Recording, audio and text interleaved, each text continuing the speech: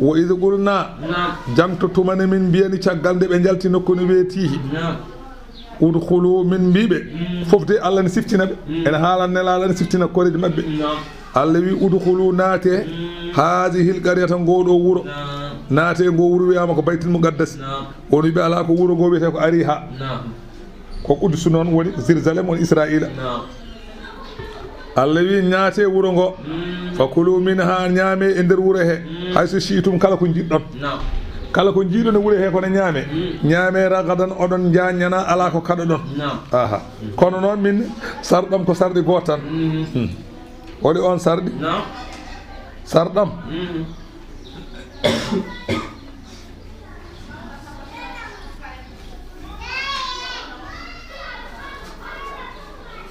wiyama ko ñamde nde wiyete ko siman Allah neldade hendu ummorade banggue worgo won wiɓe ala ñamdu ndu arata kene defa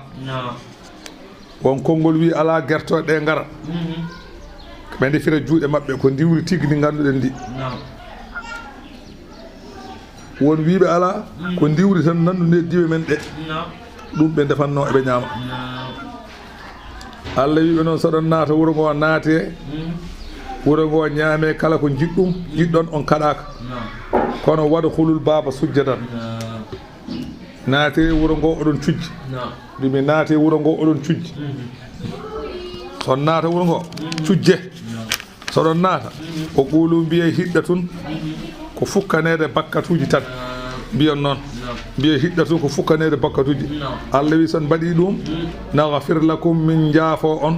khaɗayakum bakkatuji mon wa sanazidu mamin ɓeydan almuhsinina moƴƴinɓe ɓenne kadi min ɓeyda ɗumen baraji Allah wi ndeɓe fa baddala allazina zalamu toñƴe maɓɓe ɓe gostiti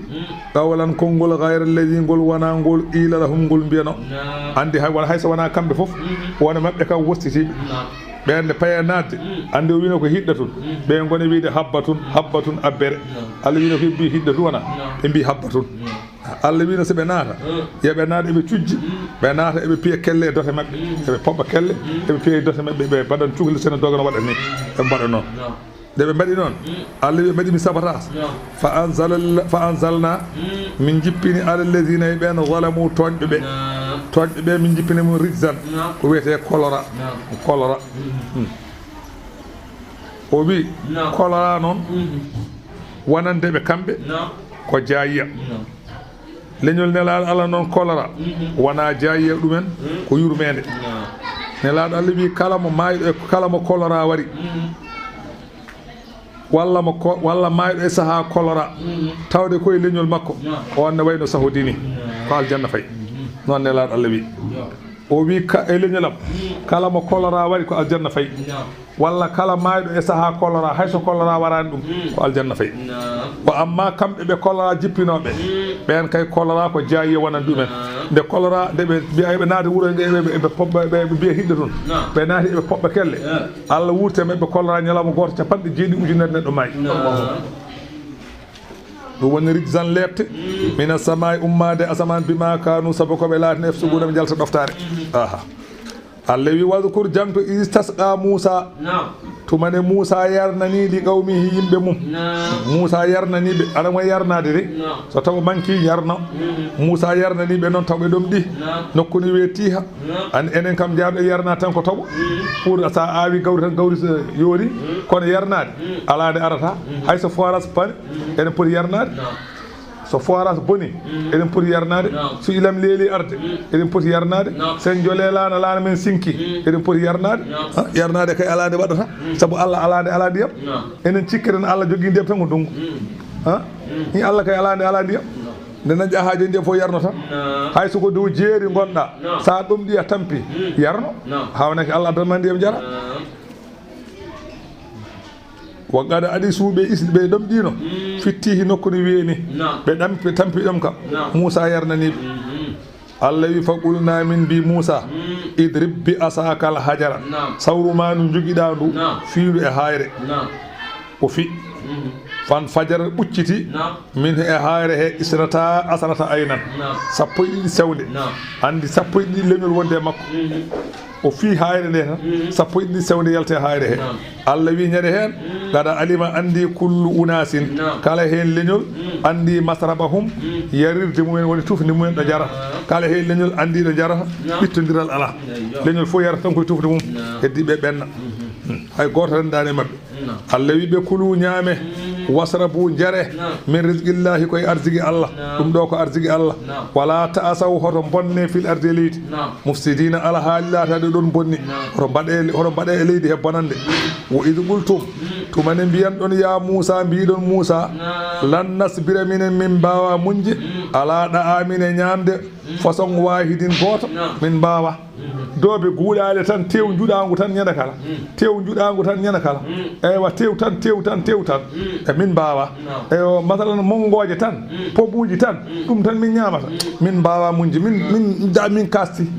eyo min hankadi dede min ndi dutti tew min kasti hankanti min dukkini hankanti ɗum noon fadu ulana rabbaka Moussa ñaagoɗo min joome o yukhrij lana yaltinana min hunde mimma tumbitul ardu ko leydi ne funna hunde ko leydi ne funna beele Allah yaltinana min mbatta ñamde ɗum min bakliha ko wayno kappe mum wo qissaiha e dene mum wo fuumiha e gawri ne wiye fuum ene wiye ɓe mbi ko hinda gawri ne wiye noon wo adasiha e gerte wo basaliha e basalle min mbatta ñamde ɗum yo wal feten min mbatta remde hankanti min mbatta ñamde kappe min mbatta ŋalde dene min mbatta ñamde gawri ne wiye hinda min mbatta ƴakkude gerte min mbatta kadi masalan basalle en min mbatta settude min mbaɗa e sosuji min tampi tew tan ara tan ɗum dal min kasti e ko ɗayɓe de laaj en ñagade laaj e basalle en e gerte en e dene en dañetake ɗe so wona e demal Moussa wiɓe a tastabdiluna on gostitto allazi nden hunde huwa no nden hunde adana nde ganduɗa ɓurde jasde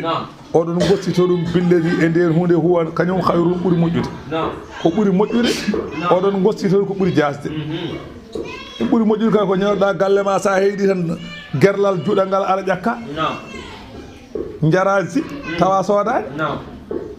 joni noon jiɗɗon ko tampude kono ko onon ɗaay ɓe mbi dal minen min jiiɗi tan ko ballami goppe ko mbiɗon ko ɗaccere mo on ñaam mo on jara ɓe minen min jiiɗi ko remde min jiiɗa foftade Moussa ñaagui Allah Allah wi mi jaaɓi Allah wi ɓe ihbi ɗo jippoɗe Misra wuro e gure ɗeɗo paye toon fa inna lakum ne wodani onen gon wuro ma sa'altum ko ñaagi ɗon ko nete ƴeewe mbatte remde tawi ko ɗum jiɗɗon Allah wi o duuri mbaɗa waɗa alayhim e mabɓe azillatu koyera wal maskanatu miskinago andi koyera haaɗi koye remde miskinagal haaɗi koye remde tawde ɓortoto mbaɗa tekke ñoroɗa ha buhal ma yalta aɗa gifta miskinaga e koyere kay ɗon haaɗi mbi sikke mata joɗade less marla joɗɗa e marla gajjoɗa kay aɗa ñama aɗa yara ɓuuri welde kay mata yaade aɗa ñaago aɗa fundina leydi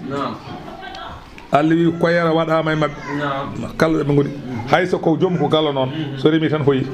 hayso ko galo so remi tan wonti koyere wonti miskino kadi Allah wi wo bawuɓe duttodi bi gadabin tikkere min Allahi ummarade Allah zalika ay hoynede nde zalika ay tikkanede nde bi annahum sabu kamɓe kanuɓe laatino yakfuruna eɓe jeddanno bi ayatillahi ayaji Allah wa yaktuluna eɓe mbaranno annabiyina annabaɓe annabi Zakariya kamɓe mbari ɗum annabi Yahya kamɓe mbari ɗum ɓe mbari ɓe fof wiyama ñalawma goto kamɓe ɓeɗo yahudiyankoɓe ɓe mbari 70 annabi ɓe kirsi annabaɓe 70 ɓe mbaɗi luumu ɓe dawri luumu ɓe payani ni ɓe dawri luumu mabɓe ɓe mbaɗi ko bonde ma to ɓe gayril haqqi saabu gonga ala e toñangue tan zalika ay koɓe mbaɗi ɗum ɗo addani ɓe waddi ɗum bima asaw ko saabu koɓe goofi wa kanu ɓe laatinoma yataduna ɓe jawtanno kattuji e to banggue gofol inna alladina amanu so tawi ko ɓen gonɗinɓe annabaɓe min qablu ko adino walladina e ɓen haadu ɓe ganduɗa ko yahudiyankoɓe wannasara e annasara en wassabiina e pelle yahudiyankoɓe e pelle annasara en ene mabɓe de man amana billahi gonɗinɓe Allah wal yawmil akhir gonɗinɓe ñalawma cakkitiɗo e zamanu annabi o sallllahu alayhi wa sallam wa amila salih ene mabɓe golluɓe golle moƴƴe golli sharia nelaɗo Allah ɓen de kam falahum ne wodani ɓen ajruhum jobdi mumen ko golli ko inda rabbihim to jomumen ɓe gollani ɓeno feere mumen bonoyat wala khawfun kulul ala alayhim mabɓe wala hu wonani kamɓe yahzanuna ɓe cuunoyo to lahara ala ɓe cuunotako a faami oyne hen gonɗinɓe Allah ko adi nelade Allah nelede nelaɗo Allah ko wayno bahira on gonɗinino soori oya ene mabɓe abi zarril ghaffari ene mabɓe wargata bun nawfal ene mabɓe salmanul farisi ene mabɓe ɓussu bun saadata e ko waɗa ɓen gonɗinɓe annabi Moussa mbaylani mbaylitaki ha kawriti e nelaɗo Allah gonɗini wa amma gonɗinnoɓe Moussa kawre nelaɗo Allah gonɗinani nelaɗo Allah ɓen ko natoɓe jeygol te jaltata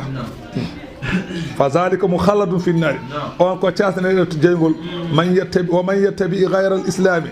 wa man yabtaghi gayra al islami dinan falan yuqbala minhu kala mo rewi diine mo wona l'islam jaɓantake ko jeygol fayi o ho fil akhira min al khasirin deka o ko jeygol fayi wona deke kala gonɗinɗo Isa gonɗinani Allah saɗa ƴeewa kefeero ko on wiyete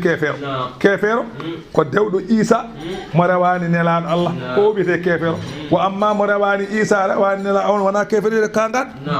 on ka ala ko woni ni woni kefeero ko yahudi yanke kefeero ko nasara ay catholique e chrétien ɓe mbiyete hefereɓe kefeero so ɗiɗo ko ɓe kono wiyeɗe e catholique waɗa kefeero Allah bonima muddiɗo an mbiɗo noon an de buntiɗi keferagal kay haaɗi ko yeddude nelaɗo Allah i jeddude nelaɗo wiye wona kefeero catholique ko kefeero mo Allah bonni chrétien ko kefeero mo Allah bonni ko ɓe Allah bonni ɓe Allah ɓuuri bonnude foof ulaika hum sharrul bariyati ɓe Allah wi ɓe ɓuuri bonde dendagal ko tagi mo Allah wi ɓuuri bonde mo tagi mbiya ɗum ko moƴƴo Allah bonnima muddiɗi an mbiɗo noon muddiɗi wala khawfun ɓen natoɓe aljanna kulul ala alayhim mumen wala hum wonani kañum yahzanun cuno waskur jangto il akhadna mithaqakum to mene min nangi ahdiji mabbe e gollude ko wone tawreta wa rafa'ana min bamti fawqakum dowmon adura ko wete hayre min do fi hayre de les wa inna tagnal jabala fawqahum min do fi hayre de to lasmum be biya be jab de biya be jab ko Allah yamiri be bi be jabani Allah jetti hayre fawe wuro ngo Allah wi be khuzu nange ma atainakum ko min totti on ko nangire ɗum ɓe ɓuwatine sembe e soobe e tinnare wadkuru ma fihi golle ko woni hen la allakum beele jo onon tattaguna oɗon ndento jeygol aha ndentoɗon jeygol ndentoɗon goofi nde wonnoma anda wawa hulde Allah ma ganda Allah nde kuula Allah mo hulani Allah ma anda Allah kuulata Allah nden alay sago janggawal wona mbimi a janggat walla namdoɗa jangguɗo walla jangguɗo heeɗo keɗoɗa haala keɗoɗa nden kuulata Allah mo janggade heɗaki ne jangge on jogoy hulde ni andata Allah wi min mbaɗi noon summa tawallaytum nungtiɗon min ba'di zalika caggal oɗo ahdi falawla fadlullahi aleykum wa rahmatuhu sanna tan wona ɓuural Allah ngal waɗemon e yurmede mum la kuntum on laatoto minal khasirin koye halkiɓe wala gad ko gonga alimtum wallahi on gandi alladina no ɓen i'tadaw yewtuɓe kaadi min komi moon fis sabti aset wiyanoɓe tan gaw aset ɓe gawi on ɓe kaɗanoma ɗum oɗon gandi on majjani ɓen woni ashabu aylata en ɓulna Allah wi nde ɓe cali min mbiɓe kunu gonte qirada tan ko on baadi khaasi ina goɗɗinaɗi yurmede Allah fa kanu ha ɓe gonti baadi ɗi wa halaku bada salasati ayyamin caggal balɗe tati ɓe kalki wa amma baadi gonɗi joni ɗi meeɗa wonde yimɓe ɗi ko ni tan mbaɗi andi en fenoɓe ne mbiya baadi ɗiɗo ko yimɓe gonno e mbatta tagore wonde ko fenade wona gonga wandu meeɗa wonde neɗɗo ɗiɗo baadi kay meeɗa wonde yimɓe ni tan mbayi ko Allah tan tagiriɗi ni waɗiɗi ni gasi ndinkaji jiyataɗi ni tan mbayi ayi dara meeɗa wonde neɗɗo yimɓe wonnoɓe yimɓe ɓe ɓen ko balɗe tati caggal ɗum kalka jeehi gonta artu ha darga daro 90 ujunere neɗɗo wonno ɓen jeehi Allah wi faja'alnaha min badi deeɗo lette nakalan ko teskuya lima bayna yaday ha ko woni yeso goɗɗon leñol wa ma khalfaha e ko woni caggal goɗɗon leñol wa maw'idatan min badi deeɗo halkare o wa'azu lil muttaqina wonande hulɓe Allah de wonno kulɗo Allah naftorto wa'azu wadkur jamtu id qala Musa li qawmihi tubani Musa wiyani yimɓe mum andi wa qad utila lahum qatilun la yudra qatiluhu eɓe mbarana kamɓe yahudiyankoɓe neɗɗo ɓe ganda barɗo neɗɗo o wa sa'aluhu ɓe ñaagui Musa noon an yad'ullaha an yubayyinahu nde o noddanta ɓe Allah beele Allah feññinanaɓe fa da'ahu Musa noddi Allah Musa ni noddi Allah nde o wi inna allaha Allah de ya'murukum Allah ene yamira on an tasbahu yo on kirsu bagara tan nagge nde ɓe mbi Musa minen de wonmo min mbarana min ganda noon barɗo o e min jiɗi ñaganoɗa min Allah beela holla min barɗo o Musa ñaagui Allah Allah wiɓiɓe kirsu nagge ɗum tan Allah jaabiɓe qaalu ɓe mbi an kam a tattakhiduna huzuan an Musa a jogirto min ko min jalkitorgal min mbima ya ñagono min Allah yo haala min barɗo neɗɗo ɓe mbiya min kirsu nagge ɗum ko haala qala Musa wiɓe a'udhu billahi mboɗo mooli Allah an akuna de laato min al jahilina taw koye jalkitoɓe jeeyami falamma alimu annahu azama nde ɓe janana hankandi Musa ko wi ko gonga e mum qaalu ɓe mbimo ud'u lana rabbaka e min jiɗi ñoganoɗa min joome o yo bayyin lana ma hiya yo feññinan min hol nguen nagge duuɓi ɗi no potata qala Musa wi innahu Allah yaqulu omo wiya innaha nagge mbiyeɗon yo mbarge baqaratun ko nagge la faridun nge wona naywe wala bikrun nge wona tokose awanun ko hakkundewe bayna zalika hakkunde naywude e famdude nge haange nagge haange awanun ko nge haange woni naywani kono famɗaji fuɗɗinge jibinde e doori tan ɗum wiyete haange Allah wi ko nge haange mbare haange fafa alu golle ma tu umaruna ko ñamiro ɗon kirse nge nagge pofta ɗon ɓe mbi ha joni min paamani min jiɗa qaalu ɓe mbi Musa ud'u lana rabbaka ñagono min joomen yo bayyin lana yo feññinan min ma lawnu ha ko woni mbade nagge nge beele kenge ɓalewe walla kenge renewe walla kenge sooye qala Musa wiɓe innahu Allah yaqulu omo wiya o wi innaha nagge nge mbiyeɗon yon mbarge baqaratun ko nagge safara un sooye faaqi un laabtunge lawnu ha mbaadi mum tasurru nadirina nge ene weltina ndaroɓe kala ƴewɗo nge weltoto mi he ha jonde min paamani